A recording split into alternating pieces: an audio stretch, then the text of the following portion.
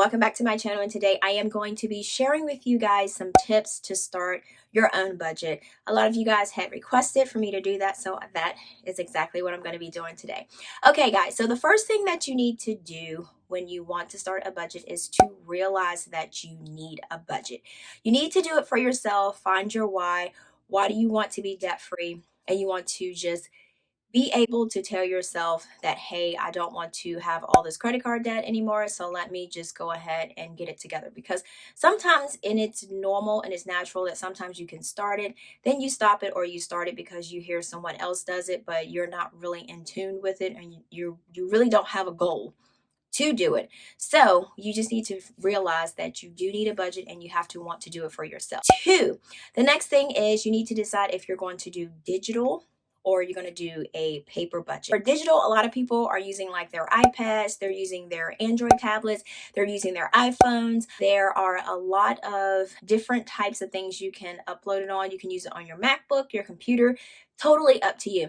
And a lot of the files I've seen lately that they are popping up on Etsy a lot more frequently, they are digital files that people are using to upload to their planners. And then also people are also using the Budget Moms PDFs. So they're doing that to put on their pads to also use as digital planning. The next option you have is paper planning. So much budget planners out there, or planners that you can use as budgeting planners. A lot of people, they do the Erin Condren, the monthly deluxe. People do the Happy Planner budget planner. So I do use mine here. This is my budget planner that I have. This is just the Happy Planners Girls Just Want to Have Fun.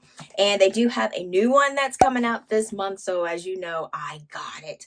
So I just have to finish setting it up. They have plum paper. They have the regular Happy Planner, what people are using. Some people are using the mini size. Some people are using the classic size. Some people are using the big size. And then also you can just do a regular notebook, which this was a notebook that I had in my stash already. And when you do your notebook, you would just have to get a little bit creative with it. So I just did something like this. And then you just do your own little, just your own little spin on it, and then do different things, make your own calendar. So that is just something, and that's something cheap, because when you first start out with a budget, you want to go cheap because you're trying to get out of debt, so you don't want to spend a lot of money. And then you can also look on Etsy, and you can find like thousands and thousands and thousands of budget printables. I ended up just making my own budget sheet, so that's what I use in my planner. So there's a lot of different options out there. You can go more expensive, buying an Erin Condren planner, or you can go cheap with just printing out inserts and just getting a 3-ring notebook and just punching it yourself and just putting it in there. Step 3, what you want to do is you want to gather all of your bills.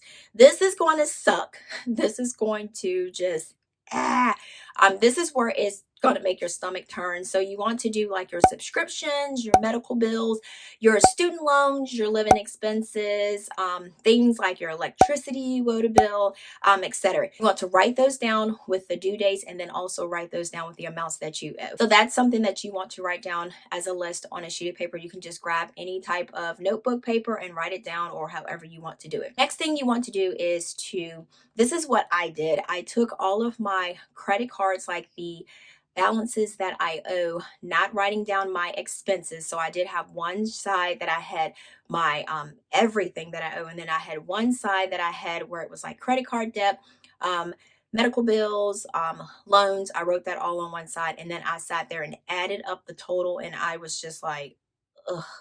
I was like, I have got to do something. And I think that was part of my push. The numbers were just like ridiculous. You don't even really think about it unless you write it down. For step 4, you want to write down your income. This can include like your side hustles, if you get child support, if you get Social Security, or any type of income that you get on a monthly basis that helps you pay your bills.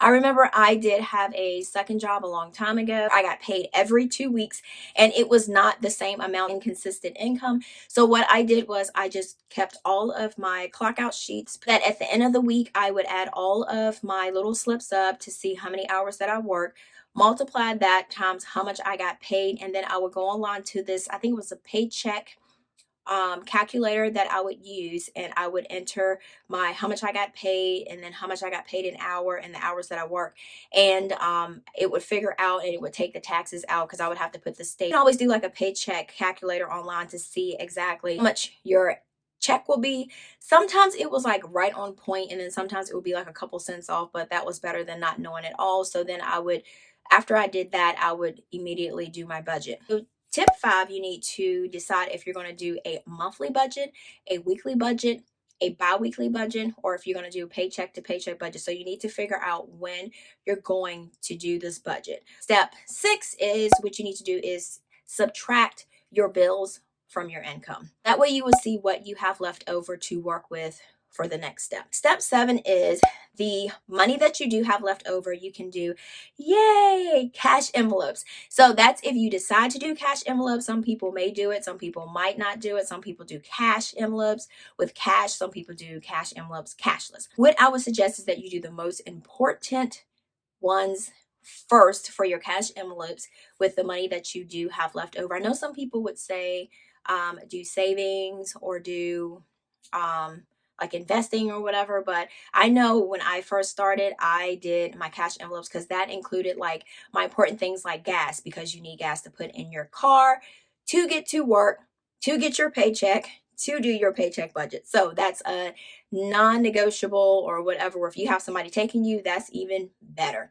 All right, so the next thing you would put, I would do groceries, food, and you don't have to put eat out. I would just do basically grocery, because when I first started budgeting, I just cooked. I didn't even eat out. But now, since I've been doing it for a while, I can scratch like $20-$25 to just go eat out, which I don't need to be eating out anyway. But so food, because you need food to survive, you have to eat. So that is another important thing.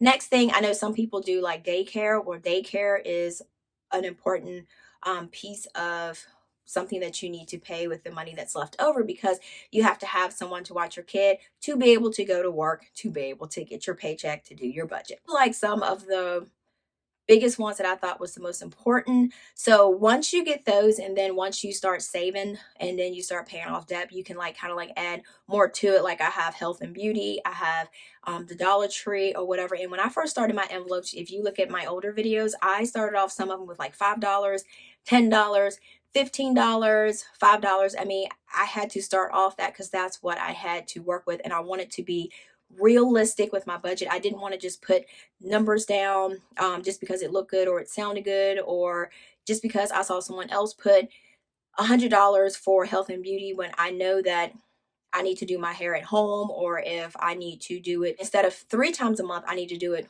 once a month, you know. But you always need like those extra self-care days. So I tried my best to try to squeeze that in with like doing stuff like that. And then I started getting my nails done. So I had to pay off a couple credit cards first before I started doing my nails, and then that's when I started. So I set some goals. For 8, the next thing I would say, start a sinking funds and then do emergency funds. But I would actually do an emergency funds first before I did a sinking funds, because the emergency funds is what's going to save your butt when something happens.